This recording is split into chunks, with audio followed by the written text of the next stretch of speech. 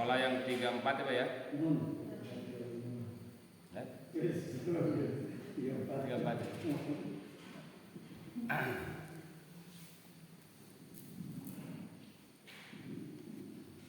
Bismillahirrahmanirrahim. Assalamualaikum warahmatullahi wabarakatuh.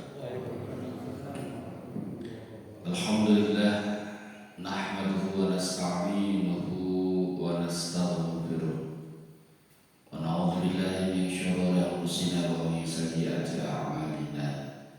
May yahdihillahu fala mudilla lahu wa may yudlilhu fala hadiya lahu.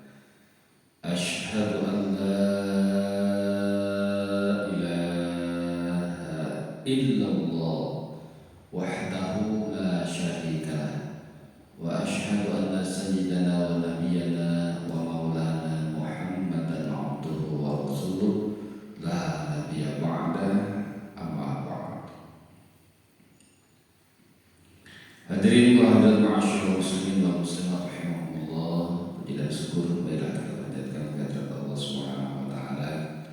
Alhamdulillah pada kesempatan subuh Sabtu ini kita masih diberikan kesempatan untuk menambah amaliyah ibadah kita dengan melanjutkan aktivitas kita setelah kita berjamaah bersama-sama ibadah salat subuh, dilanjut dengan kajian salah satu kitab yang bernama Nasrul Ibad, yang mudah-mudahan dengan adanya kajian ini Allah Subhanahu wa taala senantiasa memberikan taufik hidayahnya kepada kita. Amin ya Allah ya rabbal alamin.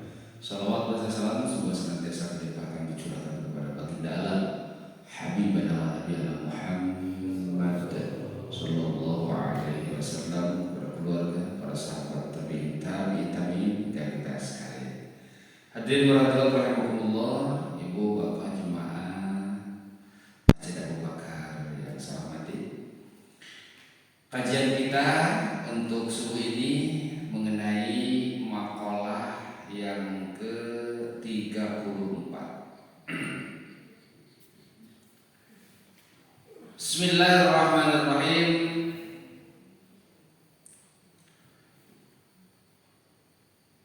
Wal maqalatur rabi'atu wa thalathun, maqalah yang ke-34 an ba'dil hukama, dari sebagian para ulama ahli hikmah.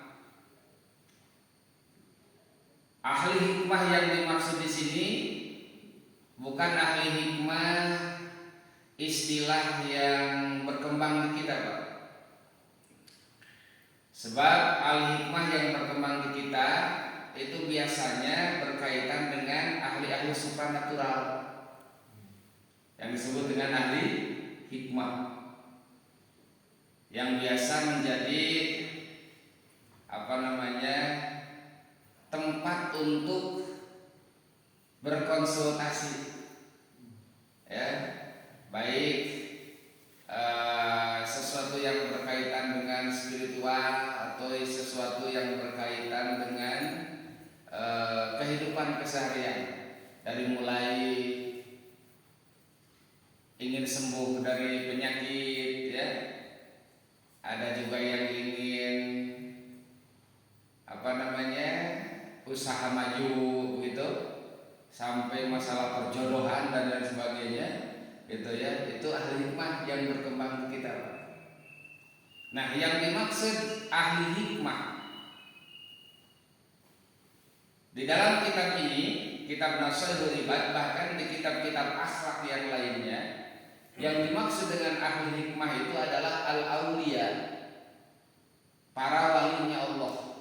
Artinya orang-orang yang sudah mendapatkan derajat atau tingkat kedekatan yang sangat luar biasa dengan Allah Subhanahu wa taala. Yang mana ukurannya itu adalah Allah Subhanahu wa taala berfirman dalam Al-Qur'an, "Ala inna auliya Allah la khaufun 'alaihim wa la hum yahzanun." Itu karakter wali-walinya Allah. Nah, sebagian hukama atau sebagian ahli-ahli Allah yang sudah zuhud dalam urusan dunia, yang warok dalam kehidupan dunia ini,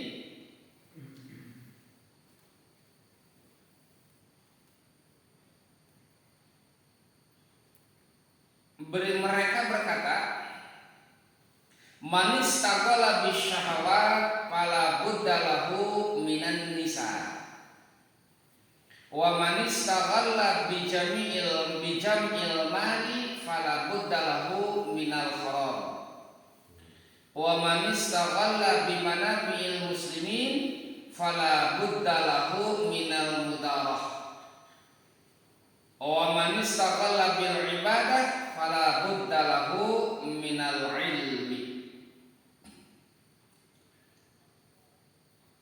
Di dalam makalah yang ke-34 ini ada 4 hal yang dijelaskan oleh sebagian ulama ahli hikmah, bahwa ketika seseorang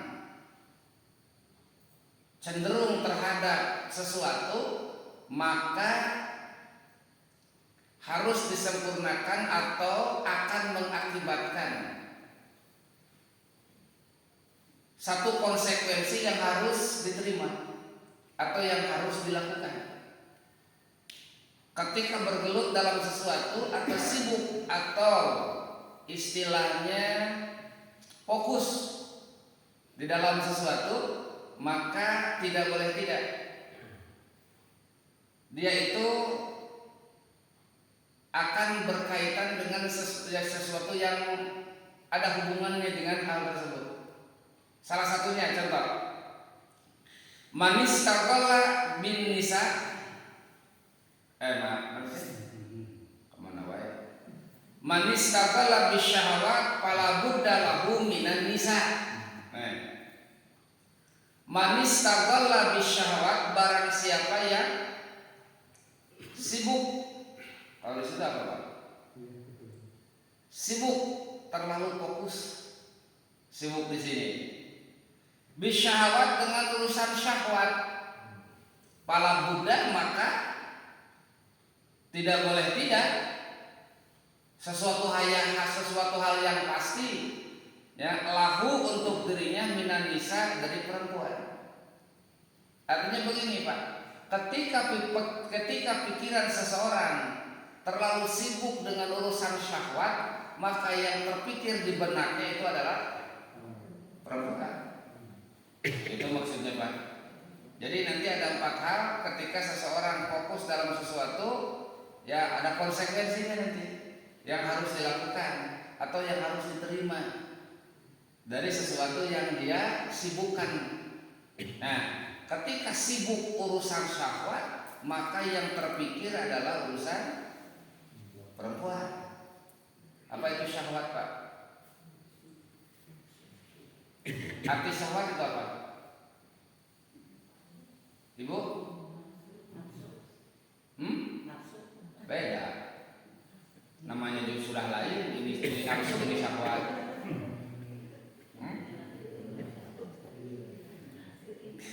Kita itu kalau bicara masalah syahwat, pikirannya teka dirinya arahnya kayak gitu. Sementara beres wae, ngeres wae gitu. Nah, da eta tidak aya obat lemah syahwat cenah geuning-geuning bukan gitu. Ye, Pak, syahwat itu bahasa Arab. Ya, syahwat itu bahasa Arab, bukan bahasa Indonesia. Ya. Syahwat itu diambil dari kata syaha, artinya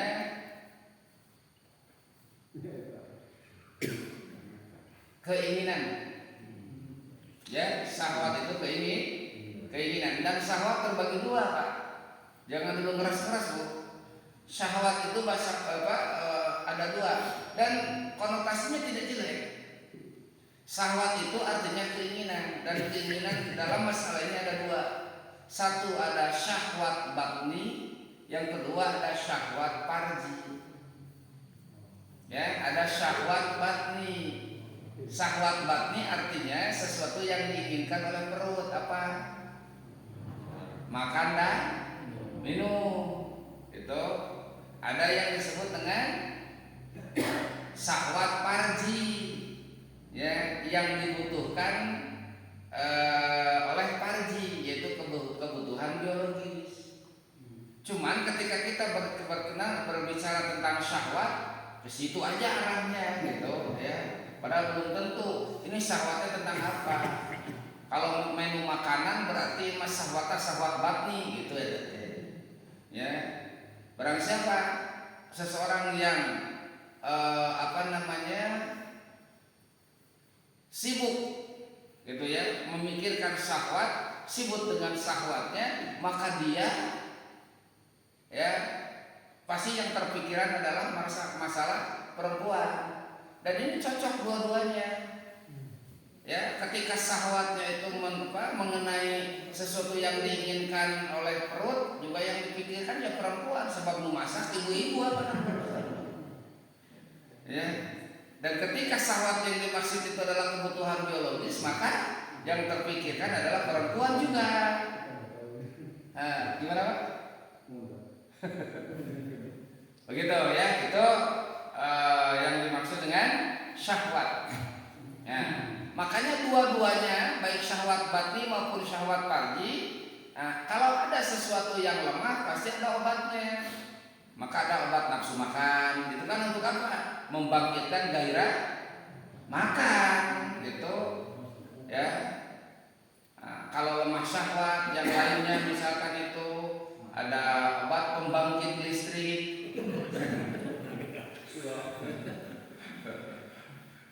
Supaya daya dongkraknya lumayan gitu lah, jadi hidrolik sudah. Nah gitu ibu bapak saya, ya. Orang yang sibuk dengan urusan syahwat, maka tidak boleh tidak untuknya itu selalu memikirkan perempuan. Min tanawulin nisa, artinya selalu ingin mendapatkan perempuan. Itu konsekuensinya Pak, ya. Wa man istaqalla, ini sebaliknya juga berlaku, ya. Sebaliknya pun berlaku. Artinya ketika ibu-ibu itu syahwat yang dipikirkan ya laki-laki yang ada di benaknya, gitu. Bukan berarti perempuan itu tidak memikirkan laki-laki, dan tidak juga artinya perempuan itu tidak memiliki syahwat untuk kebutuhan biologis. Bahkan kalau dibalikkan ya lebih gede mereka daripada laki-laki, gitu, ya. Dan ini fakta. Iya begitu, ya. Cuman kalau ibu-ibu atau perempuan itu, ya, tertutup dengan perasaan malu yang sangat tinggi, gitu, ya. Gede kahayang, gede kaera, gitu, awewe, gitu. Aila laki mah gede kahayang tuh kaera, gitu, laki. Untuk itu malah ini laki, Pak. Pokoknya laki era malah naik usaha tuh. Ya, gitu. Itu unggul. Laki mah juga nunggu gitu tanya. Tapi dah gitu ya, tapi mah. Gitu, Pak. Jadi Bu, di sini walaupun teksnya itu tertuju kepada laki-laki, ketika laki-laki sibuk memikirkan syahwat-syahwat yang ada di benaknya adalah perempuan, sebaliknya pun seperti itu. Ketika perempuan, ya, sibuk memikirkan masalah syahwat, jadi yang ada di benaknya adalah laki-laki. Normal itu mah, ya, normal. Sebab laki-laki dan perempuan diberikan perasaan yang sama itu untuk memenuhi syahwatnya. Cuma kenapa di sini laki-laki? Sebab memang zuyyina linnasi hubbus syahawati minan nisa. Itu kan? Di dalam Al-Qur'an, zuyyina linnas hubbus syahawat, dijadikan indah dalam pandangan manusia. Nah, yang dimaksud manusia di situ adalah laki-laki. Itu. Hubbus syahawat, mencintai keinginan, minan nisa, dari perempuan. Yang dominannya itu yang mencari adalah perempuan, laki-laki mencari perempuan. Walaupun perempuan sebetulnya ada juga yang mencari gitu, ya. Cuman di kita, apalagi di Jawa Barat, entah di daerah yang lain, orang Sunda itu ada istilah dulang tinande. Ibunya? Nah, ini peribahasa dalam bahasa Sunda. Perempuan itu dulang tinande, artinya selalu menunggu. Itu dulang tinande, mun lalaki dulang tinancem. Tinggal ya digo ya peribahasa untuk perempuan, ya untuk perempuan itu orang Sunda itu ada istilah dulang tinande. Artinya perempuan itu selalu menunggu itu. Bahkan tabu rasanya kalau di kita itu perempuan yang nyosor gitu, tabu harga dirinya itu jatuh gitu. Kalau perempuan yang dicari itu naik harga diri perempuan begitu, Pak. Padahal dalam agama ketika bapak ya memiliki anak perempuan, anak gadis, disunahkan untuk ditawarkan. Itu dalam agama seperti itu. Ya, sunnah untuk bapaknya ditawarkan. Cuman hal tersebut untuk di kita, adat di kita, tabu, Pak. Tiba harga apa ya gitu. Padahal Rasulullah SAW jauh-jauh hari memberikan instruksi semacam itu, ya, untuk menyelamatkan perempuan juga. Ya, kenapa? Sebab yang pertama, pandangan orang tua itu akan lebih akan lebih apik gitu daripada pandangan anaknya. Tuh, yang kedua, supaya si perempuan itu cepat mendapatkan jodoh.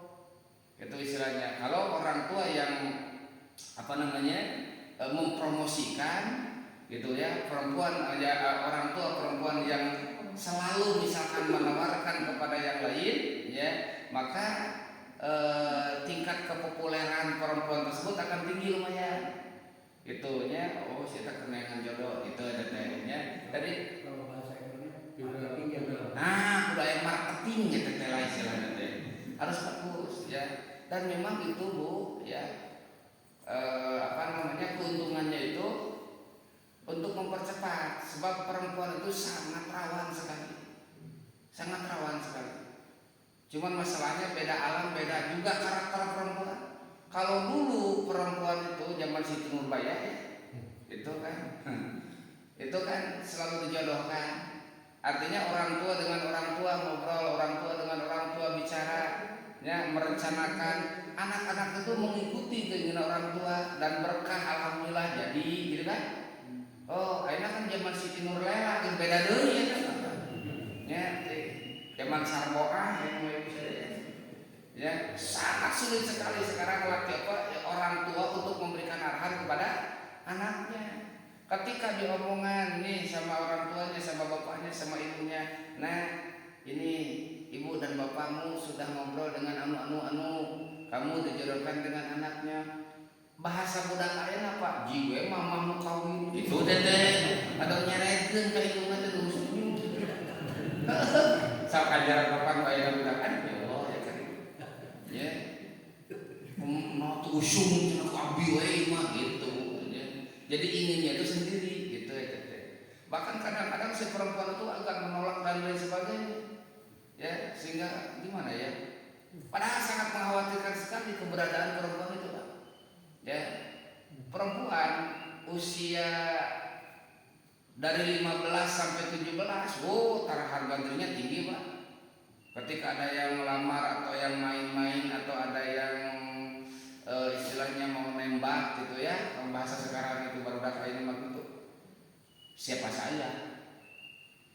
Usia 15 sampai 17 tahun mah siapa saya? Artinya tidak bisa seenaknya seseorang bisa masuk di dalam hatinya. Saha heula gitu. 17 Bu, tangan PK 20 ada mulai khawatir wanitanya siapa dia? Gitu. Jadi mana yang menanyakan saha sebenarnya gitu siapa dia? Gitu. Nah, di 20 nepi ka 25 wong datang siapa saja gitu. Nah, sebelum sampai ke siapa saja gitu ya. Maka yang memiliki anak perempuan itu disunahkan untuk ditawarkan. Artinya bukan dijatuhkan harga dirinya, ditawarkan itu kita pilih calon yang terbaik untuk anak kita, bukan asal-asalan nawarkan, di online pun, ulah dari itu sudah masuk kamar nawar, begitu, dan supaya mendapatkan istri yang terbaik, suami yang terbaik itu maksudnya. Dan ketika seseorang ya terutama kaum laki-laki yang terus sibuk dengan memikirkan syahwatnya, maka yang ada di benaknya itu ingin memenuhi kebutuhan syahwatnya tersebut, dan syahwatnya itu akan mengurangi keimanan, sehingga untuk gairah beribadah, untuk berbuat kebaikan, ketaatan dan ketakwaan itu akan berkurang, sebab yang dipikirkan hanya ke arah situ saja ya. Yang mana maaf ibu bapak sekalian, baik laki-laki maupun perempuan, di hadis-hadis tertentu Rasul SAW mengatakan bahwa idah hajat syahwat zahaba sulusa imanihi ya, kurang lebih artinya seperti ini. Barang siapa orang yang syahwatnya naik, atau ketika seseorang syahwatnya naik, zahaba sulusa imanihi, maka hilang 2/3 keimanannya. Syahwat naik, 2/3 iman hilang. Buktinya ketika yang terpikirkan adalah syahwat tersebut, bagaimana caranya untuk memenuhi kebutuhan syahwat tersebut. Jangankan ibu bapak sekalian ya, sesuatu yang halal, yang haram pun dilakukan ya untuk memenuhi syahwat itu. Dan pikirannya ketika sudah haijan, artinya sudah membara, kita sudah bergejolak gitu kan, merangsang gitu bahasa Inggris sama apa ya, ya gitu ya, terus naik pisan gitu ya. Nah, itu hilang kan, hilang 2/3 iman, dan pikirannya itu sudah pendek, kumangke. Makanya banyak kasus-kasus terjadi pemerkosaan itu dikarenakan apa? Tidak bisa menahan gejolak syahwat tersebut. Bahaya. Pak, lamun syahwat geus naik, geus teu ningali rupa. Nu penting mah kitu we, gitu tah. Ya gitu. Nu penting mah tersalur kan. Syahwat itu membutakan segalanya, Bu. Ini diperkosa kan bisa banget. Ya, syahwat terlalu dahsyat sekali. Ya, maka kalau bisa bukan dihilangkan tapi dikurangi dan diatur. Sebab syahwat tersebut akan mengganggu urusan ibadah, keimanan akan berkurang. Pikiran teh kadinya we, aduh bagaimana caranya untuk memberikan kepuasan dan lain sebagainya, urusan gitu eta nu dipikirkeun teh ya, sampai setiap malam teh batur mah bagaimana cara ngahudang tahajud, ieu mah kumaha cara ngahudangkeun setan ini aing ibu pisan. Ini Pak, di surga ada syahwat. Apa? Di surga ada syahwat. Di surga ada syahwat juga. Salah satu kenikmatan yang disediakan itu ada syahwat juga. Bahkan syahwat di sana beda dengan syahwat sekarang kita ini, ya. Sebab semuanya kenikmatan yang diberikan Allah kepada hambanya yang akan di surga itu tidak sama. Di sini nikmat itu sekilas. Nikmat itu hanya sementara saja, ya, hanya mencekurang surah mangan saja relata. Nikmat di sana itu nikmatnya itu abadi. Ketika kita makan sesuatu di sini terasa nikmat, setelah habis masih ada nikmatnya? Nggak ada kan? Hilang.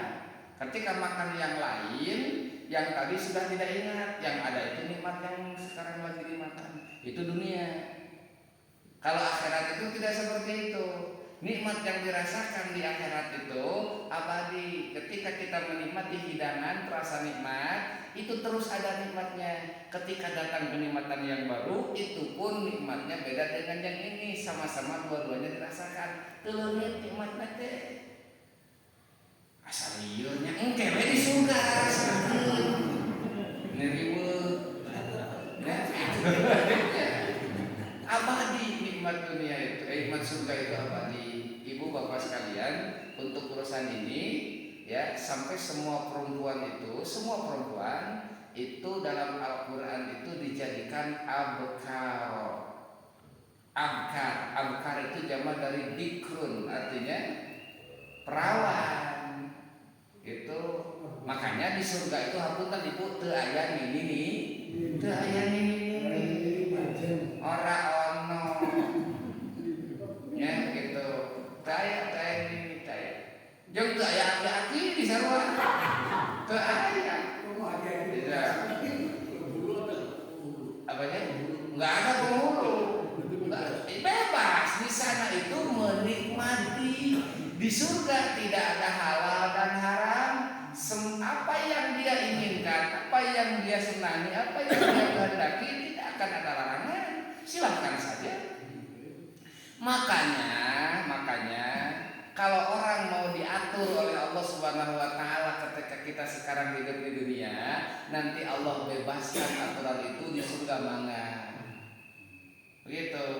Ketika orang di sini selalu ingin melakukan apa yang dia inginkan, mohon maaf nanti di akhirat dia tidak akan bebas berbuat, tidak bisa bebas bertindak, dia hanya akan terus merasakan siksaan Allah di dalam neraka. Untuk minta minum saja tidak akan dituruti. Gitu Pak. Kalau rek milih mana dari situ? Ya, rek ngagugu atau rek bawang? Di surga itu tidak ada apa namanya penghulu, tidak ada KUA, teu aya surat nikah, dan wa nazakna ma fi qulubihim min gillin ikhwana. Itu ayat Al-Qur'an. Kami cabut, kami ambil ma fi qulubihim, sesuatu yang ada di dalam hatinya. Gil, tidak ada gil. Tidak ada dendam, tidak ada iri, tidak ada dengki, tidak ada cemburu juga, enggak ada.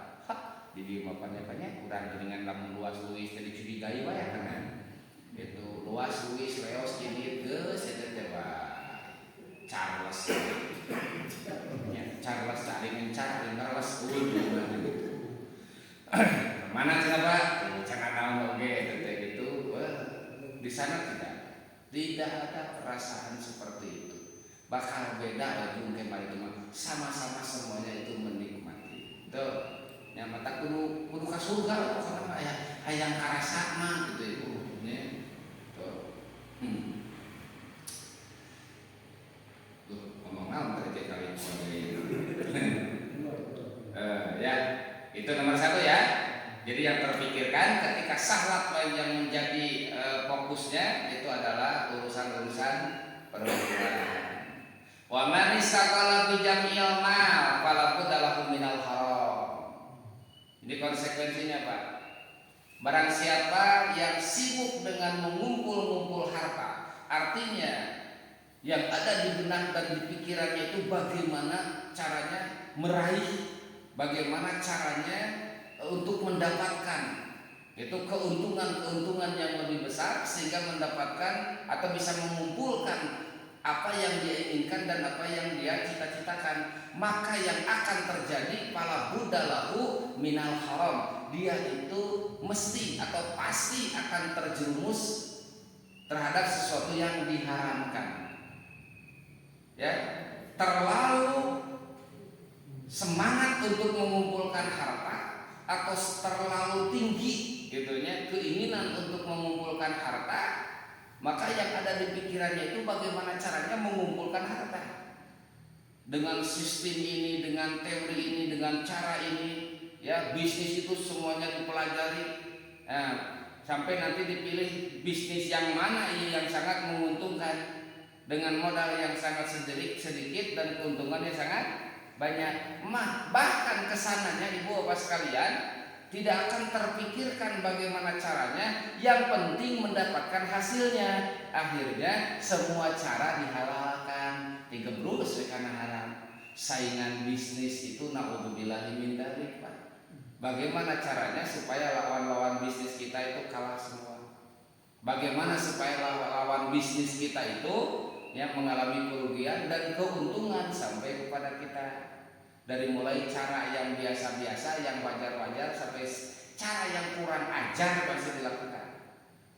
Itu ya, sebab nafsu untuk harta dunia, masya Allah, tingginya luar biasa. Pak, Bu, ketika seseorang maju dalam satu bidang, dia tidak akan berhenti di bidang itu. Artinya dia akan terus mengembangkan supaya yang dia usahakan itu tidak hanya sampai di situ. Minimal bakal mikir muka cabang di daerah saja. Dunia kan. Ya. Terus ketika sudah di tempat lain pun misalkan maju, nggak akan berhenti di bidang itu, pasti bakal mikir deh. Karena naon deui usaha kenapa modal banyak besar.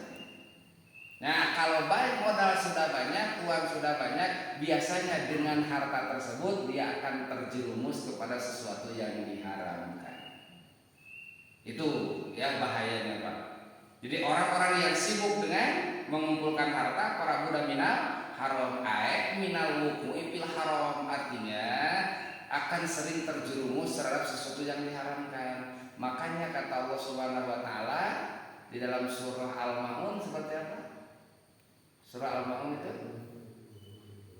Wailul Al-Maun. Ari Wailul itu surat apa? Al-Humazah. Tapi bikin Wailul itu surat Wailul. Al-Humazah. Wailul likulli humazatil lumazah alladzi jama'a malan wa 'addada yahsabu anna malahu akhlada kalla la yumbazanna fil hutama wa ma adraka mal hutama narullahil muqadah allati tattali'u 'alal afidah innaha 'alaihim muqsadah fi 'amadin mumaddadah. Ayat itu ancaman untuk orang yang senang mengumpul-ngumpul harta. Wailun, celaka. Likulli humazah lumazah. Setiap orang yang memiliki sifat humazah dan lumazah. Apa humazah dan lumazah? Apa artinya? Ditafsirkan dengan ayat berikutnya. Yang dimaksud dengan humazah dan lumazah itu adalah alladzi jama'a malan, yaitu orang yang senang mengumpul-ngumpul harta, wa addadahu, dan menghitung-hitung harta. Kalau sudah ada harta, banyak harta, serasa awak teh Bu tengolotan asa ngora wae. Nah, semua keinginan itu dia penuhi. Nu penting nah, pikiran lagi Bu Pak. Lembar aing duit loba kira kuki wae gitu teh ka mana we ngater paket teh. Yang minimal ya gitu ya atau didongeng ngerti Bapak berbelah kalinya ada paket gitu ya. Pokoknya mah peluang-peluang untuk berbuat kemaksiatan itu terbuka. Da bapak ge balagur teh kudu boga duit jika nanti itu lain. Iya mah ieu mah naon kudu tetep dalam peluang duit membuka lah gitu gitu. Gitu. Iman normal lah gitu Pak ya. Tapi jemaah iman untuk Pak.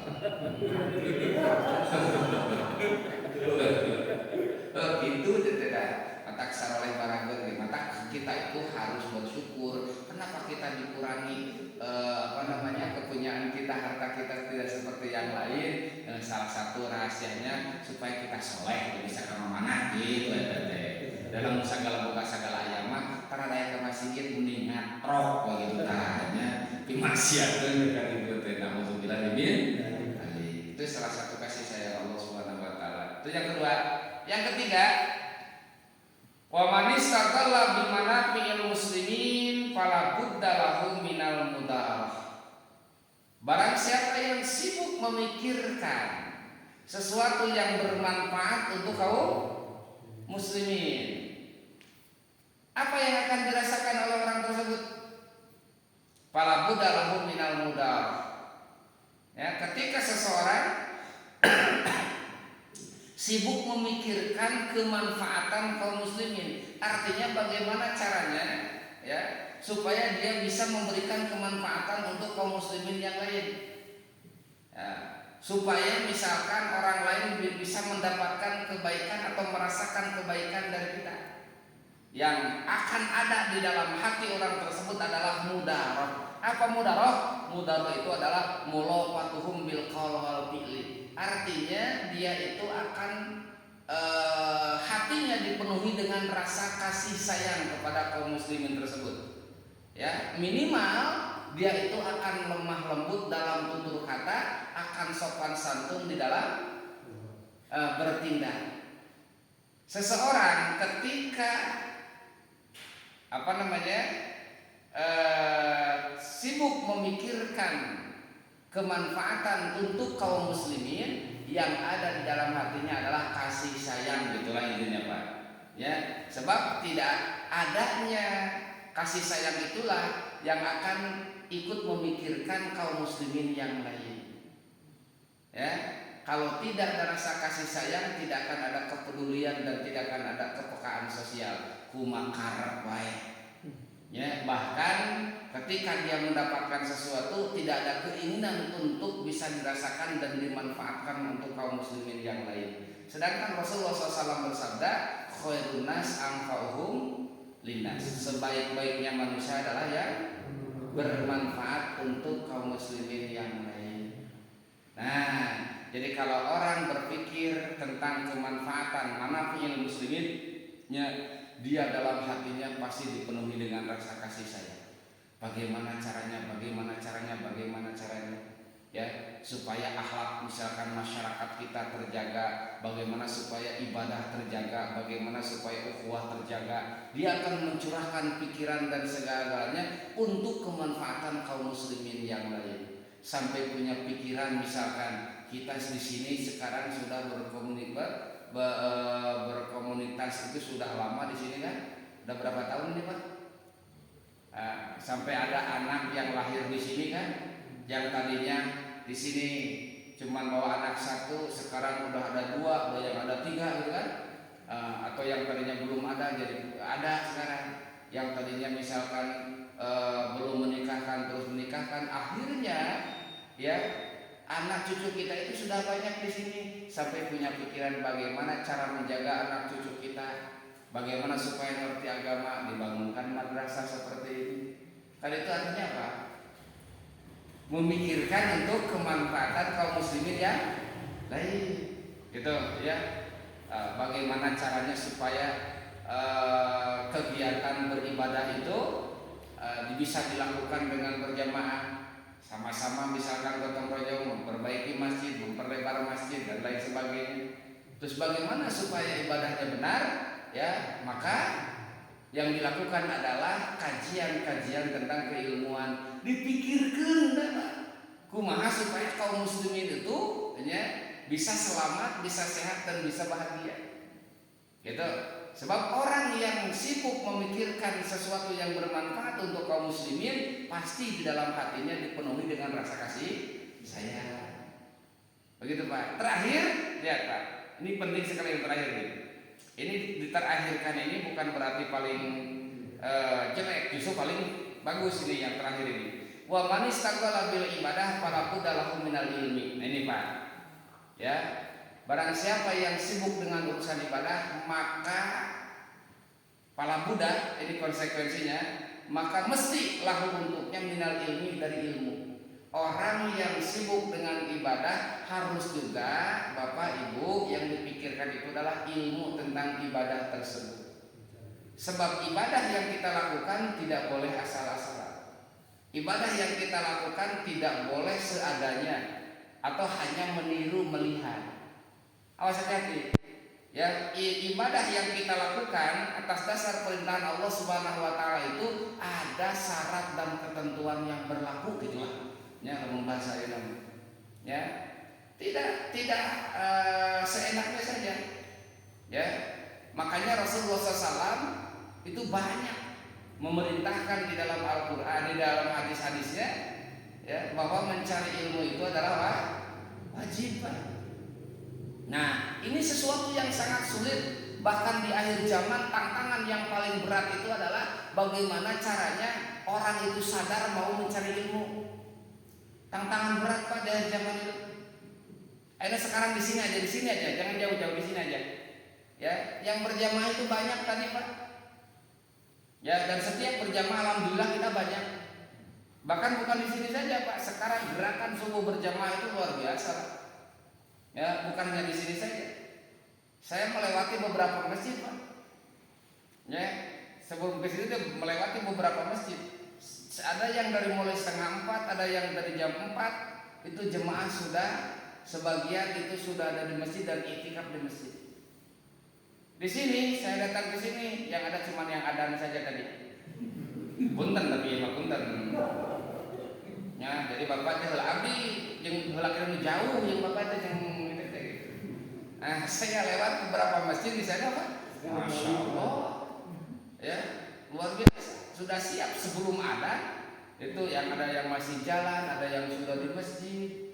Tuh ruh ibadah itu sedang tinggi-tingginya sekarang itu. Cuman Masya Allah yang disayangkannya itu kenapa tidak mau thalabul ilmi? Kemungkinan besar mereka itu tidak mengerti, tidak paham kedudukan ilmu. Ibu bapak sekalian, bapak harus tahu dan harus yakin kedudukan ilmu lebih tinggi dari amal. Ya, ilmu lebih tinggi dari amal. Kenapa? Sebab kedudukan ilmu itu adalah ruh di dalam amal tersebut. Yang menyebabkan ada nilai, ada bobot, ada harga dikarenakan ada ruhnya. Model bapak wae jeung ibu ayeuna dihargaan teh bapak ibu saya hareukeun ada nilainya bapak, ada harganya bapak. Itu dikarenakan masih hidup. Kalau sudah tidak hidup geus maot boro-boro batur. Jangankan yang lain, keluarga juga enggak mau dekat dengan kita. Terpercaya sok lamun maot bapak dikuburkeun, dijauhkeun atau ditenun di kamar. Walaupun ibu atau bapak wasiat misalkan kita kan cinta sejati ini sehidup semati misalkannya mata gombal kita bohong sehidup semati itu makanya kata-kata saja ya. Nah, ketika misalkan ibu suami istri berwasiat kalau nanti salah satu dari kita mati tolong jangan dijauhkan sebab saya ingin selalu dekat denganmu itu. Geus maot mah moal ceuk, moal mesti kalau kumaha ge. Iya sebab hiji kitu nu kaduana geus aku mampihan geus. Eueuh nyawana. Beres punya? Cek bapak teh mah basiat ya ayeuna. Kan itu mah tendangin bapak ieu teh. Nya usaha bapak ieu teh. Hasil usaha bapak teh itu jeung imah, berarti teh gegedeuna imah tendangin bapak ieu teh. Bayang namun bapak maot tong dikubur teu di kamar. Sieun. Cik erek digugum mah. Oh apa kah? Cicing lah kumaha hirupeun paeh mah dongeng gitu. Geus atau saya pasti pada dikuburkeun lah. Ya, bahkan ada yang dijauhkan, bahkan ada yang dipulangkan ke kampung halamannya. Salat kita, puasa kita, zakat kita, bahkan amalan ibadah kita yang lainnya bernilainya itu berbobot ketika ada ilmunya. Ibu bapak sok baca Quran? Sok baca Quran? Dipelajari enggak tajwidnya, makhrajnya, sifatul hurufnya? Ari bapak ulah padu disada wae baca Qurannya. Kenapa? Sebab baca Quran itu ibadah. Salah baca Quran karena ibu bapak belum mempelajari ilmunya, maka berdosa ibu bapak membaca Al-Quran dikarenakan salah tanpa ilmu. Untung abi mata maca koplok kita main untung. Kumaha aja nyebutkeun untung segala. Makanya pahala membaca dengan pahala mendengar orang membaca Al-Quran itu Beda. Ada presentasenya. Mendengar ya itu satu huruf 10 kebaikan. Membaca tidak punya wudu ditalan itu 25 kebaikan. Ya. Membaca Al-Quran di luar sholat punya wudu. Nah, itu sebagian hadisnya mengatakan mendapatkan 50 kebaikan. Membaca Al-Quran di dalam sholat 100 kebaikan per huruf. Per huruf kan? Di dalam sholat. Di dalam sholat kan kita baca Fatihah nih, Quran kan? Baca surat nih, juga itu Al-Quran. Nah, bacaan Al-Quran di dalam sholat satu huruf 100 kebaikan. tapi dengan syarat dan ketentuan yang berlaku. Nah, itu syarat dan ketentuan berlaku. Bapak, ketika Bapak Ibu sholat terus bacaan Fatihahnya, bacaan suratnya tidak mengenai aturan, itu dianggap tidak sah. Saya bicaranya sah dan tidak sah nih Pak, bukan diterima dan tidak diterima. Urusan diterima dan tidak diterima mau bagian Allah, bukan bagian saya. Cuman masalahnya yang sesuai dengan aturan saja kita tidak tahu diterima atau tidak, apalagi yang salah. Begitu saja karena pikiran gue ibu bapak.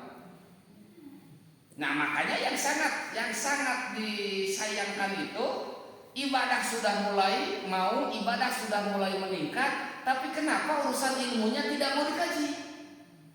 Sementara benar dan tidak benarnya, sah dan tidak sahnya, ya bernilai dan tidaknya ibadah seseorang itu tergantung ilmunya. Al ilmu asasul ibadah, asasnya, fondasinya. Makanya Rasulullah SAW sampai masya Allah ibu bapak sekalian, ya kalimat-kalimatnya itu tentang mencari ilmu itu sangat luar biasa. Thalabul ilmi fardhatun, mencari ilmu itu hukumnya apa? Wajib. Bapak sudah tahu wajib? Apa artinya wajib? Kalau dikerjakan mendapat? tidak dikerjakan betul. Mendapat pahala. Ketika tidak dikerjakan dosa. Berarti nu daek ngaji menang pahala, nu teu daek ngaji menang dosa. Tapi amat enteng ya Bapak. Ya. Sama halnya dengan sholat yang 5 waktu itu Pak, wajib. Contoh seperti sholat subuh wajib dikerjakan mendapat pahala, ditinggalkan mendapat dosa. Ya, ilmu pun seperti itu, dicari, dikaji, mendapat pahala, tidak dicari, tidak dikaji, mendapat dosa. Yakin seperti itu.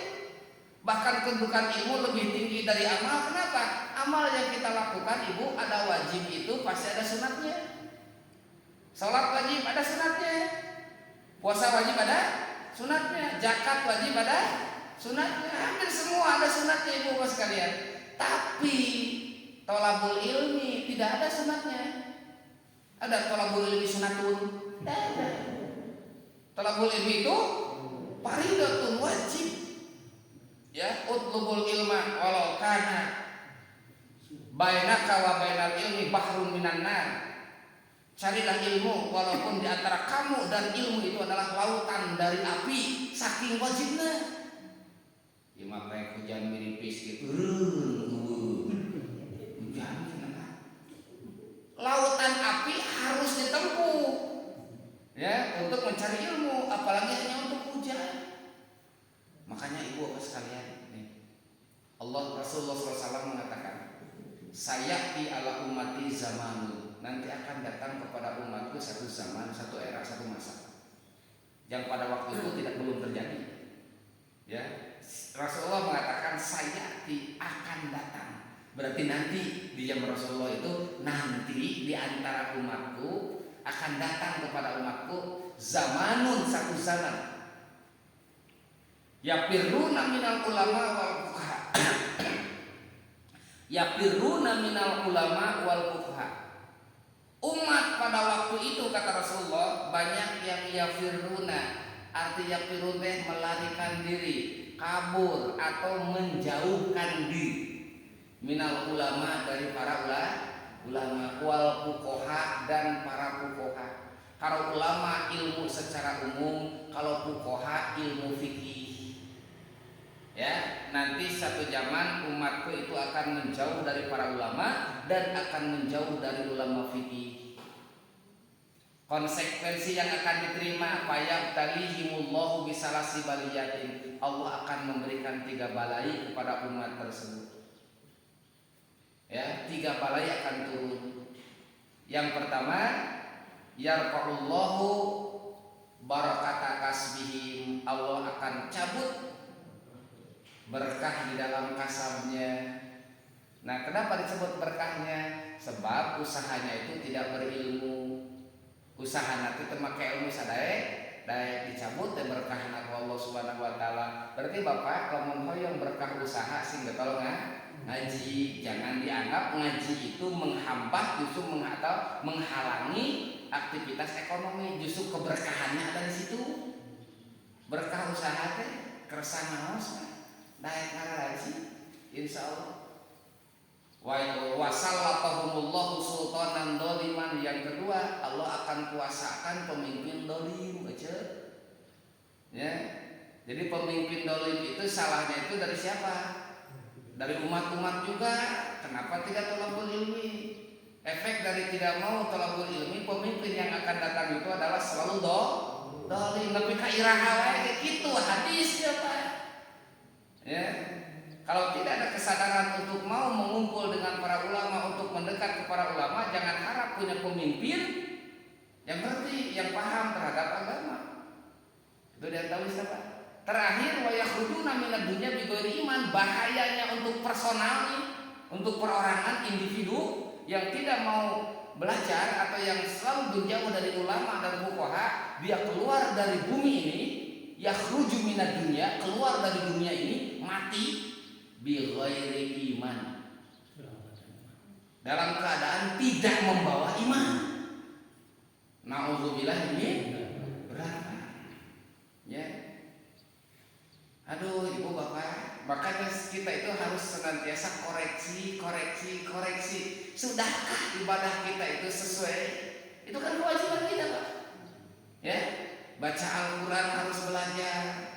Sebab barang siapa yang membaca Al-Quran terus dia salah, ya, tapi salahnya itu bukan dari kebodohan permanen gitulah, tapi bodoh yang karena dia tidak mau belajar. Maka dosanya 2. 1, dosa tidak mau belajar baca Al-Quran. 2, dosa salah membaca Al-Quran. Ade mata ketong maraca lebih dorakan ke maraca Quran. Sebab Rasulullah SAW menyebutkan ibadatu ummati qiraatul Quran, afdalu ibadati ummati qiraatul Quran. Salah satu ibadah terbaik umatku adalah membaca Al-Quran. Pancake Al-Quran bakal jadi syafaat. Al-Quran yang akan membela kita. Ya. Sejauh mana ibu bapak memahami dan menguasai Al-Quran, itulah pembelaan yang akan kita dapat. Sebab Al-Quran itu syafaat. Di alam kubur syafaat, Shiratal Mustaqim juga syafaat. Itu Al-Quran itu. Tuh. Kak mau tanya, mending mana Kak? Kita kan kadang-kadang kita hafal, bicara hafal dalam artian ya secara harfiah lah ya. Hafal contoh surat An-Nas atau surat Al-Ikhlas. Mending kita harus baca secara ingatan atau kita langsung berhadapan Al-Quran itu yang disebut mengaji itu seperti apa? Iya betul. Yang disebut dengan ahlul Quran itu bukan hanya penghafal. Di situ dulu Pak ya. Yang disebut dengan ahlul Quran itu bukan hanya penghafal. Ya, memang salah satu ahlul Quran adalah penghafal. Orang yang hafal Al-Quran itu sudah ada istilahnya disebut ahlul Quran.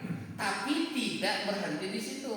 Yang disebut dengan ahlul Quran itu orang yang mengkaji sampai dia ngerti paham isi Al-Quran, walaupun tidak hafal ayatnya, tersusun dengan rapi, misalkan tidak seperti itu tetap ahli Quran namanya. Seperti misalkan nih ahlinya seseorang dalam Al-Quran itu menggali fikih, ulama fikih itu ahli Quran. Terus ada yang menggali tentang tauhid yang ada di dalam Al-Quran, ulama-ulama tauhid itu disebut ahli Quran. Orang yang mencari misalkan aturan-aturan tentang kehidupan atau ilmu akhlak misalkan dalam Al-Quran, ya, maka ulama itu disebut ahli Quran juga. Dan insya Allah kajian-kajian yang berkaitan dengan ilmu syara itu semuanya bersumber kepada Al-Quran dan itu ahli Quran. Ahli Quran juga itu seperti itu. Ya, cuman ketika meninggalkan dengan sengaja, Pak, ya, terhadap Al-Qurannya itu sendiri tidak mau mempelajari itu pun dosa. Dosa, Pak. Ya. Sampai sebab tentang Al-Quran Rasulullah SAW sampai bersabda gitu ya, khairukum man ta'allama al-Quran wa 'allamahu. Itu hadis tentang Quran. Khairukum man ta'allama al-Quran. Sebaik-baiknya di antara kamu adalah orang yang belajar Al-Quran. Nah, belajar di sini banyak luas maknanya, Pak. Belajar baca, belajar memahami, belajar menggali Al-Quran, ya, sampai semuanya yang berkaitan dengan Al-Quran. Itu man ta'allama al-Quran wa 'allamahu, dan mau mengajar orang lain. Setelah dia bisa, setelah dia ngerti, dia paham, dia sebarkan ilmunya kepada yang lain. Bahkan ada hadis secara khusus, Ibu Bapak sekalian, barang siapa yang mau belajar Al-Quran terus mengamalkan Al-Quran sampai kaum muslimin yang lain bisa baca Quran, bisa baca saja, orang tersebut mendapatkan jaminan mendapat naungan Allah ketika di padang mahsyar. Makanya guru-guru TPA, guru-guru TK, ya, TPA yang ngajarin Iqra itu, Masya Allah, Pak, jangan dipandang rendah. Orang yang mengajarkan Al-Quran kepada anak-anak muslimin ini akan mendapatkan naungan Allah di yaumul qiyamah. Ya, yaumal la dhilla illa dhilluh. Di hari yang tidak ada naungan pada waktu itu kecuali naungan Allah. Semarupnya, semarupnya namanya. Barokah di bawah. Tuh ya. Nah, tapi tetap Pak, wayahnya Al-Quran wajib dipelajari, wajib dikaji. Bacaannya itu harus benar. Bapak setiap hari, Ibu setiap hari sholat tidak terlepas dari Al-Quran. Ya, makanya jangan sia-siakan amaliyah ibadah kita. Kita itu sudah dipilih Allah, Ibu Bapak. Udah dipilih ini, udah dibedakan dengan yang lain nih. Ya, ada keinginan, ada kekuatan yang ya orang lain itu kalau tidak diberikan kekuatan yang mana mau, Ibu. Ya, makanya suruh punten di teh. Punten cantik payuna mana jadi masalah. Itu sebab apa yang memberikan kekuatan juga Allah Subhanahu wa taala. Maka jangan apa ya? Entong ngalebar. Itu ngalebar tenang. Ustaz, Jangan menyia-nyiakan gitu ya. hanya 1 menit aja Ustaz. Maaf. Tolong dijelaskan Pak tadi bahwa ilmu itu sangat penting sekali di atas ibadah. Ya. Kalau tanpa ilmu ibadah itu Betul. istilahnya tidak akan diterima oleh Allah. Betul. Nah, saya ingin tanya yang dimaksud dengan tolebul ilmi minal mahdi ilal lahdi. Darilah ilmu sejak dilahirkan sampai ke liang kubur. Mau dijelaskan Pak, sejak dilahirkan umur berapa? Betul. Ini sakingnya wajibnya belajar mencari ilmu, ada batas tidak? Tidak ada batas. Ya maksudnya sejak dilahirkan. Utlubul tolabul ilmi faridatun minal mahdi. Mahdi itu apa? Buaya. Itu minal mahdi ilal lahdi, sampai liang Dikubur. lahan, sampai dikubur. Artinya Pak, yang pertama bahwa ilmu itu tidak terbatas. Di situ dulu artinya. Ya, ilmu itu tidak terbatas. Tidak ada istilah jenjang ilmu di dalam ilmu agama, tidak ada. Beda dengan ilmu-ilmu duniawi, itu ada jenjangnya. SD kelas 7, umur 7 tahun sekarang. Ya, kalau dulu kan begini Pak ya. Udah sampai gitu ya. Sekarang 7 tahun. Terus SMP 3, SMA 3, S1, S2, S3 lah gitu istilahnya. Setelah itu selesai. Gitu ya. Kalau ilmu agama ilmu agama, ilmu akhirat itu tidak ada batas waktu, itu maknanya. Ya, sampai kapanpun itu tetap wajib, tidak ada istilah kagok di sekolah, tidak ada. Itu maksudnya, ya. Bukan malah gaya. Teu aya atuda, teu aya eta. Sebab yang menghalangi thalabul ilmi itu atuda jeung eta. Atuda, gitu. Manawi da eta, ya terus salah sarannya lamun teu atuda eta. Mantak ibu sing loba ngadoa cicing kuring ge. Allahumma inni a'udzubika minal eta wal atuda. Ya. Abdi nyalindung ka Gusti tina lobateun eta jeung atuda sebab penyakitna eta. Mun teu eta atuda gitu. Tuh. Ya. Terus pemahaman yang lain Ibu Bapak sekalian, kenapa sampai minal mahdi ila lahdi di tafsiran para ulama banyak Pak. Ya, minal mahdi dari mulai lahir itu sudah dikenalkan kepada Allah, azan, iqamah di telinga gitu kan. Terus diperdengarkan dengan ayat-ayat suci Al-Qur'an gitu. Itu salah satu pendidikan. Terus ketika mau meninggal masih dikasih pelajaran lakinu mautakum bila ilaha illallah. Orang yang mau meninggal saja masih diberi pelajaran la ilaha illallah, kan itu memberikan ilmu kepada dia. Itu ya. Tapi yang menjadi tafsir secara umum yang tadi Pak, bahwa mencari ilmu tidak ada batas, dan insya Allah tidak ada kata tidak pantas untuk belajar ilmu agama. Anak kecil belajar Quran bagus, remaja belajar Quran bagus, ya. Terus orang dewasa belajar Quran bagus, orang tua, nenek-nenek, kakek-kakek belajar Al-Quran bagus, bahkan pujian akan keluar. Cacak geus aki-aki eta geus ini ngaraji keneh we tuh. Tak kitu teh cai keur gorana teraga cenah moal kitu, halus. Moal digorok-gorok kitu murah justru Masya Allah bangga. Begitu ya, sok Bapak terpuji saja terus. Belajar agama mah seperti itu. Beda jeung Bapak misalkan. Ya, enak misalkan seperti belajar olahraga misalkan, ya, main bal atau misalkan olahraga yang keras itu tinju, pantas sampai nu ngalora. Ya, aki-aki terus tinju disensorikeun masih olahraga. Sing atulah geus kalora itu pantas geus gitu teh. Teu pantas apa gitu. Ya, jadi dalam ilmu agama mah Ibu Bapak sekalian itu tidak akan ada istilahnya tidak pantas, selalu pantas. Ya, contoh ilmu agama dengan ilmu kesenian. Contoh saja ini ya, belajar Al-Quran, ibu baca Al-Quran dalam keadaan bahagia baca Quran pantas, dalam keadaan sedih baca Quran juga pantas ya. Ya, tapi dangdut Pak. Ya, kalau bahagia maka normal saja. Nu mah tanggap dangdut.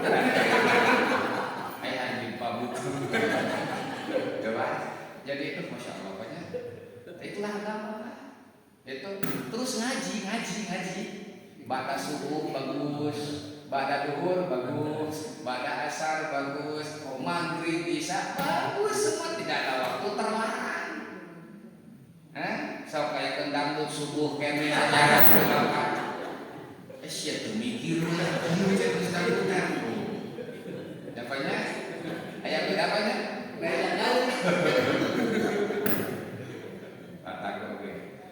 Makanya harus dikuasai. ya. Ini hanya sisi keilmuan saja Pak ya. Contoh ya. Sekarang kata saya tadi sebutkan bahwa berjamaah itu istilahnya sudah mulai naik. Alhamdulillah sudah mulai naik. Cuman sayangnya ilmu tentang berjamaahnya kurang dipelajari, kurang dipahami, sehingga akhirnya berjamaahnya itu jadi tapi fadilah berjamaah hilang. Contoh satu yang harus diketahui nih Bapak ahli jemaah nih. Kata Rasulullah istawu sufufakum, luruskan. Yang pertama yang dianjurkan apa? Luruskan. Lurus jajaran, patokannya itu adalah kan ieu teh nu sok sarolat ieu teh. Pamong tara salat pan jadi lieur. Ini Pak. Ini apa ini? Tumit. Bahasa Sunda nama keunung. Ya. Yang bagian belakang ini patokan. Ari Bapak ieu kalang ieu jang naon hideung? Batas atau supaya lurus? Ya batas ongkoh ya deh Pak, supaya lurus juga. Nah itu yang harus ngerti. Kalau semuanya misalkan lurus ini lihat, ya tumit lihat yang belakang, garis lihat.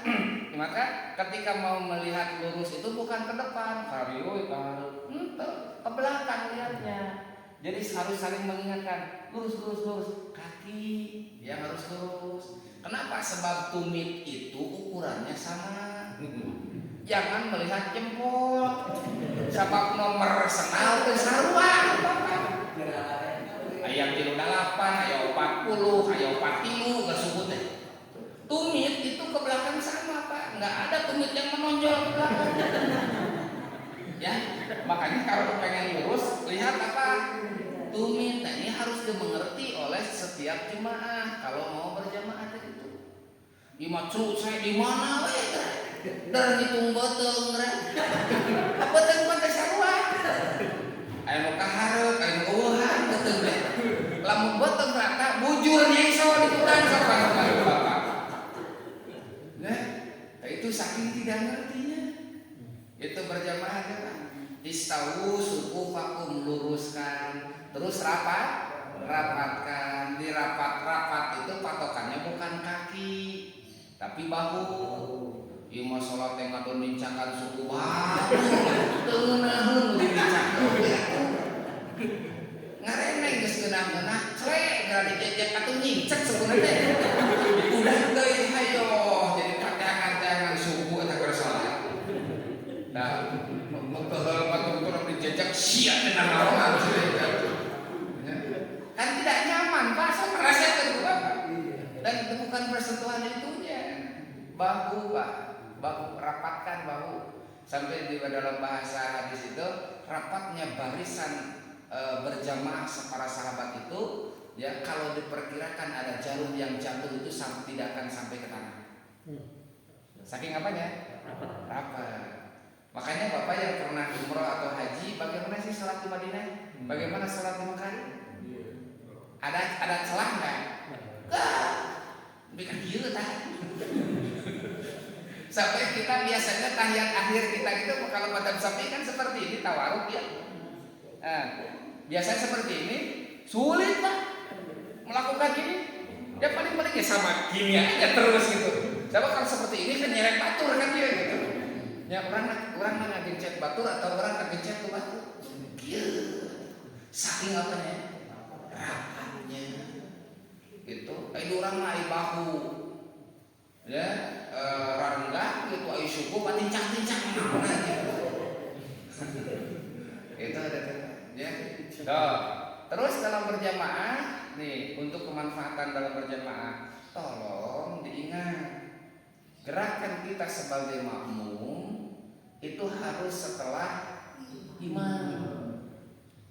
Harus setelah imam namanya juga makmum itu artinya apa? Mengikuti. Imam itu apa? Pemimpin yang diikuti. Kalau yang mengikuti itu harus berada di belakang namanya juga mengikuti. takbir imam, setelah selesai baru makmum takbir. Sebelum imam takbirnya selesai, jangan dulu ngangkat tangan. Imam jika saingan dengan imam dah. Allah ya. Kalau sudah selesai baru Allahu Akbar, Allahu Akbar. Ketika ruku Allahu Akbar, setelah lurus baru kita Allahu Akbar. Sami Allahu liman hamidah, sudah tegak baru Rabbana lakal hamd. Allahu Akbar. Ketika turun dan dahinya menyentuh tempat sujudnya baru kita Allahu Akbar. Coba perhatikan di Mekah dan di Madinah. Termasuk ini Pak, jangan ketinggalan. Apanya? Jangan ketinggalan. Jangan ketinggalan. Kalau ketinggalan itu kalau sudah imam sudah selesai, dia baru melakukan, itu ketinggalan namanya. Ya. Kalau kita imam Allahu Akbar sujud, kan ini belum selesai, baru dia sujud, baru kita mengikuti Allahu Akbar, itu mengikuti. Kalau ketinggalan jangan, apalagi sengaja meninggalkan diri dari imam sudah selesai ruku berdiri,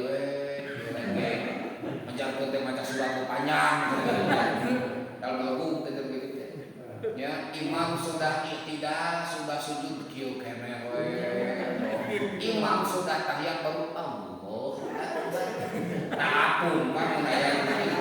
Tanya Aisyah keluar moal.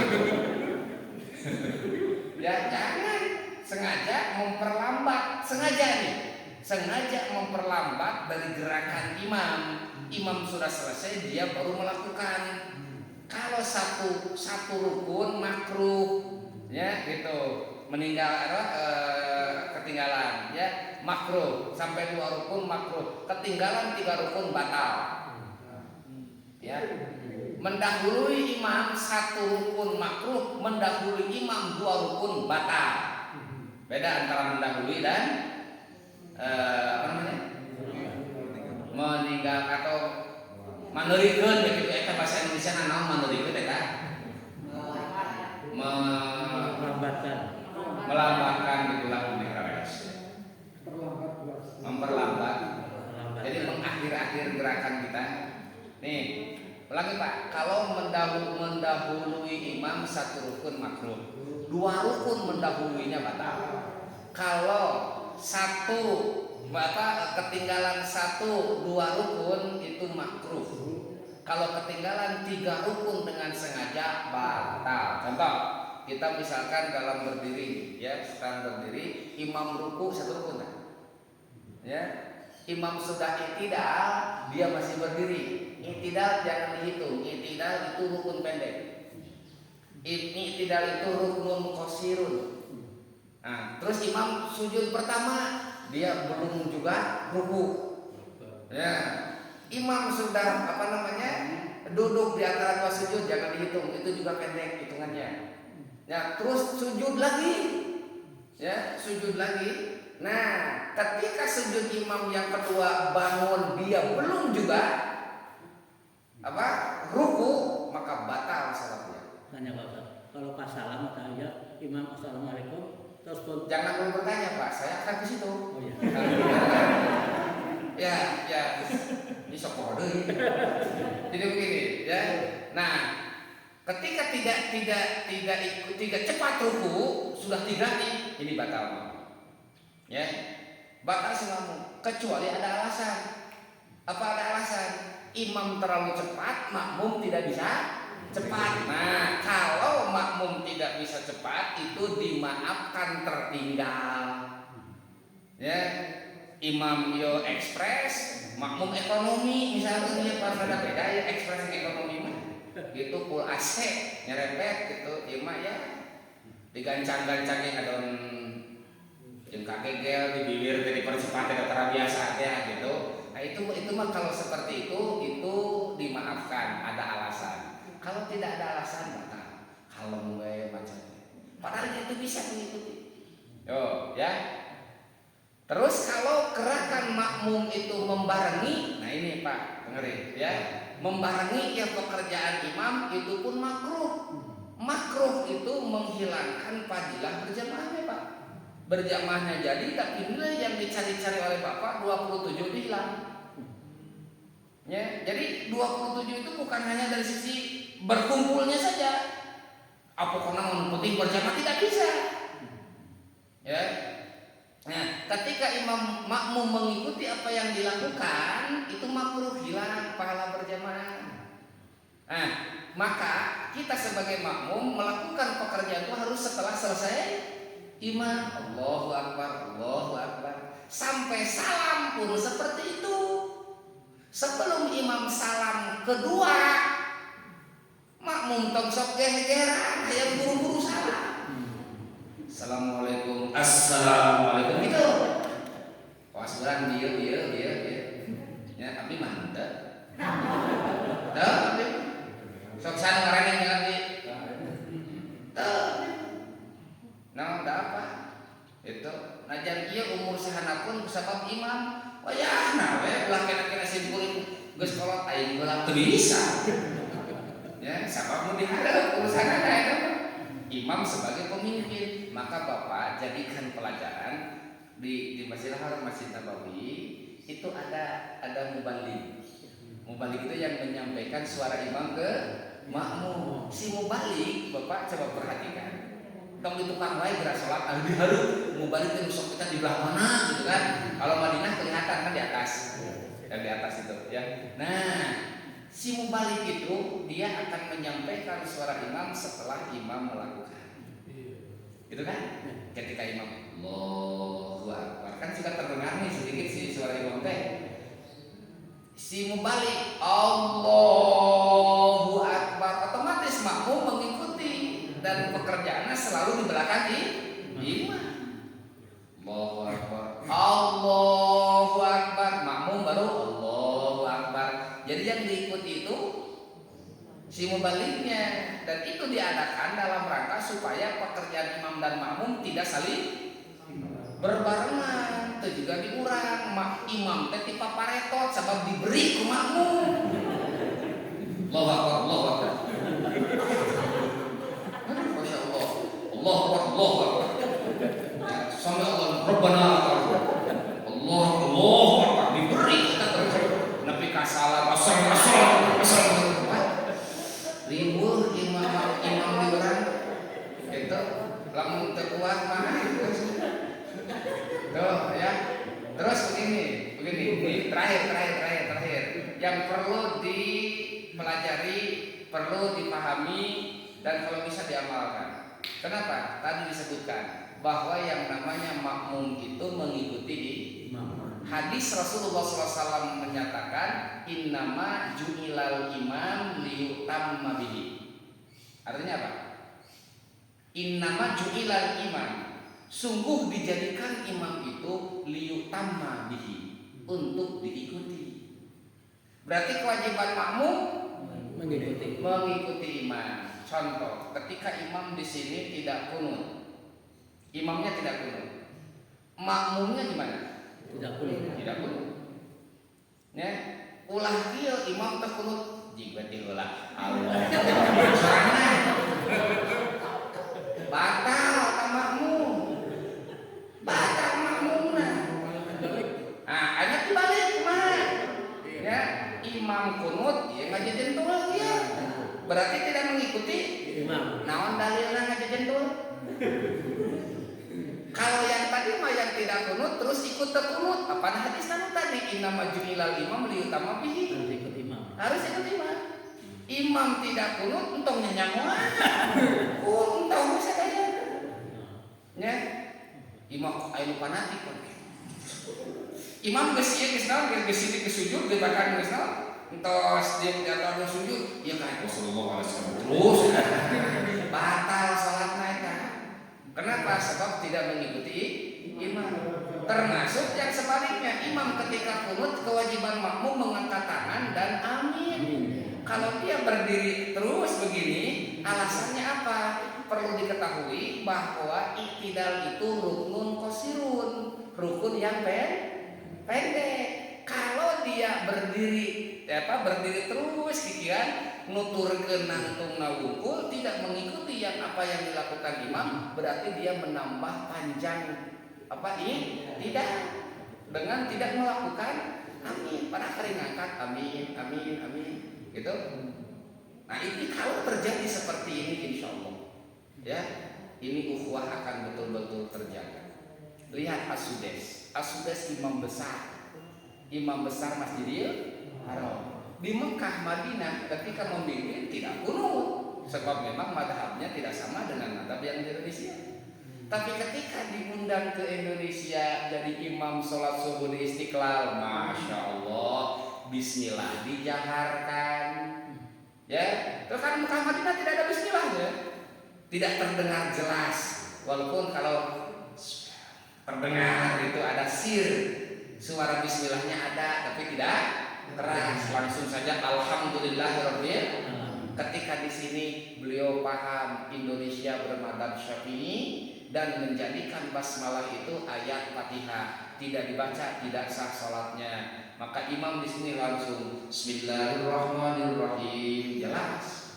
Terus rakaat kedua orang Indonesia dia siap-siap mal kunut, temanin lagi keur di Mekah itu kunut. Ya, dia tahu bisa menempatkan diri dan memposisikan. Begitu di Indonesia, Allahumma hdina fiman hadait. Apa di Indonesia teh? Kunut gini gitu.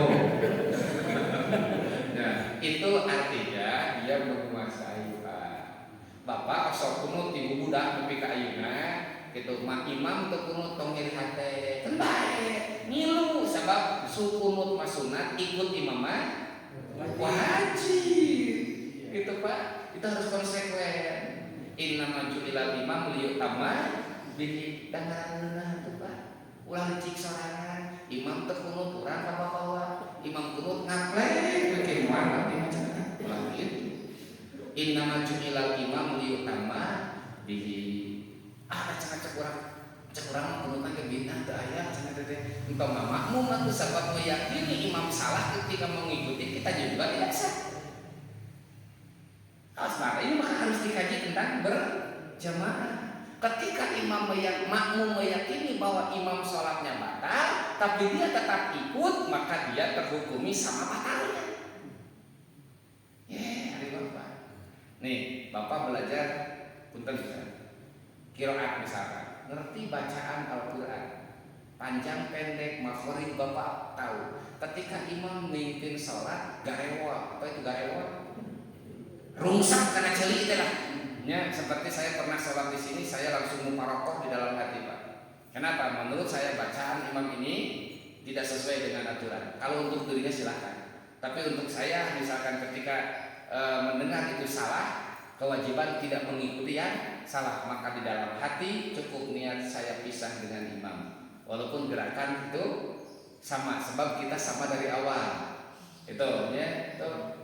Niat abdi pisah jeung imam itu nanya ade muparokoh namina ya kitu nu panjang diponok dipanjangkeun ya urang teh teu katalar ayat eta teh manehna mah katalar nya urang mah teu katalar ayat eta tapi tahu cara baca Quran yo duh teu ngeunaheun ieu panjang kuduna ponok ieu ponok kuduna panjang imah rek pahili antara ha jeung ha. Itu antara A dengan A. Kan kalau kita belajar mah tahu telinga kita peka Pak. Itu nya cuman kita tidak ubah harus imsa imam teh ganti dong bae lamun kita itu hayang jadi imam itu bener. Itu cuman aduh Masya Allah. Apalagi jadi imam Pak. Apa sih?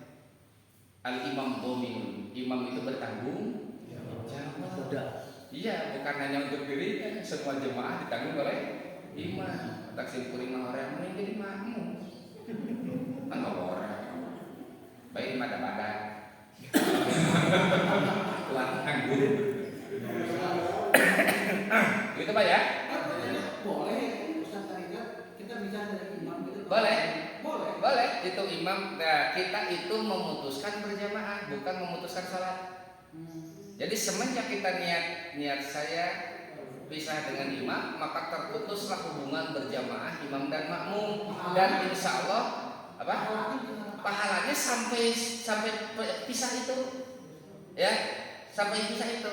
Lebih baik berpisah mendapatkan pahala yang sedikit daripada mengikuti batal. Kan konsekuensinya batal, Pak. Ya, tahu imam batal, kenapa kita tidak muparokoh? Artinya memisahkan diri. Dan muparokoh itu diatur dalam ilmu fikih atau kieu bae.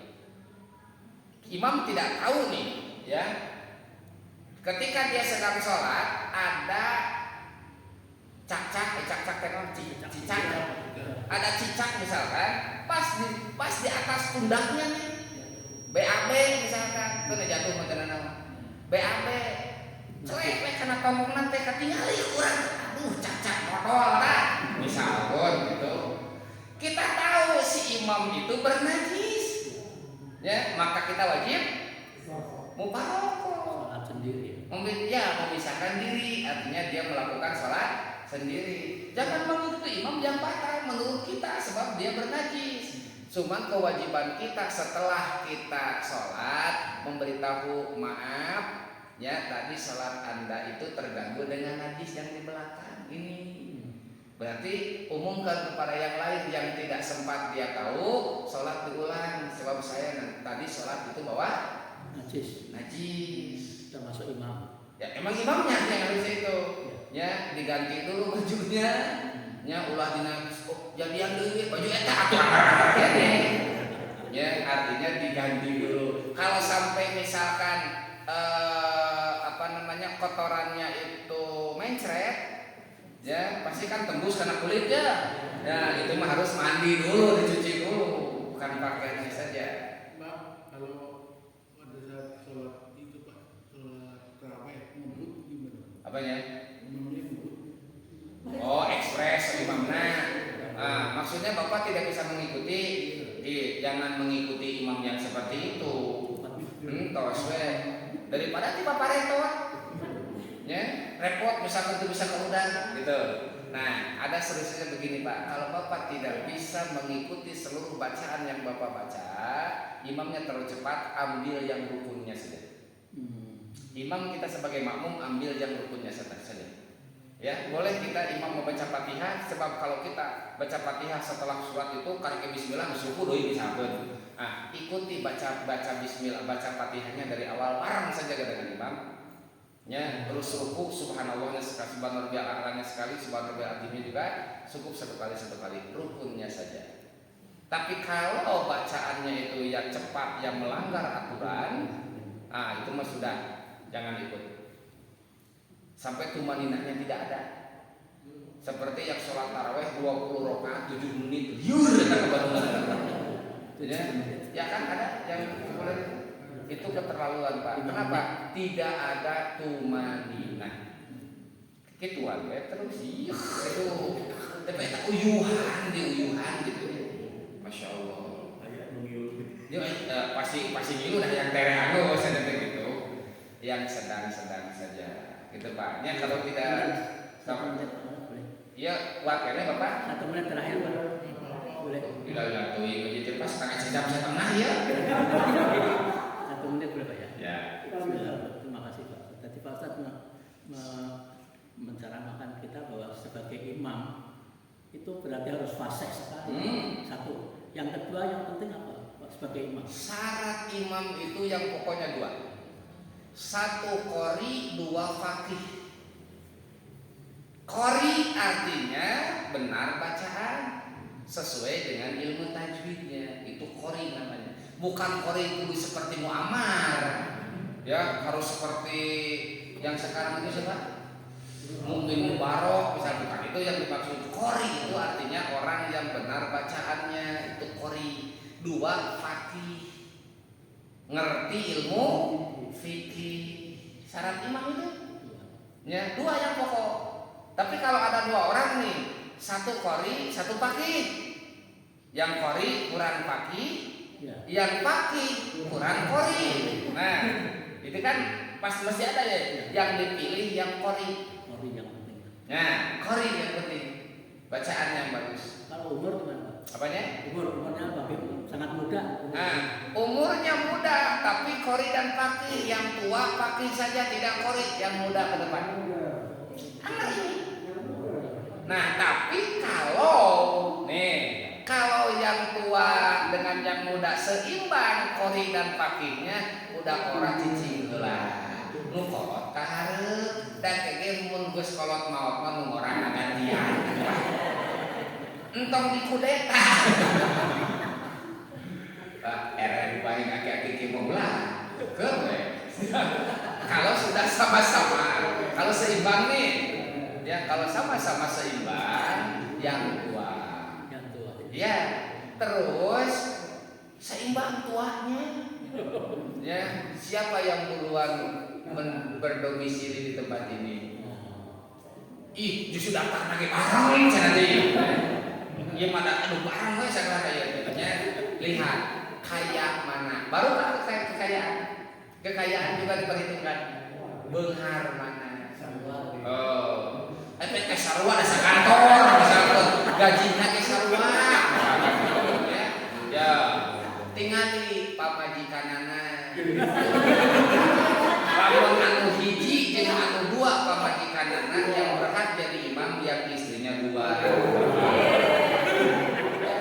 Jadi supaya ibu suaminya ya, supaya ibu nih suaminya diangkat jadi imam, pangangan deui hiji pamajikan. Itu ibu sadayana ya. Masih tilu, lebar ke tilu. Iya, istrinya tilu. Iya, itu yang paling kuat. Ya.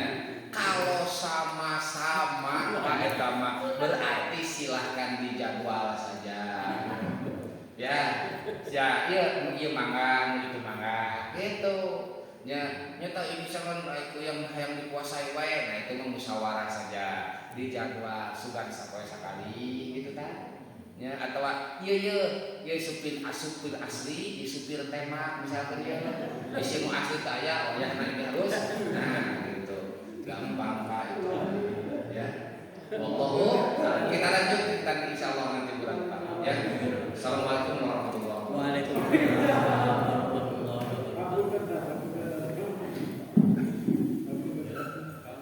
Melampaui batas ini.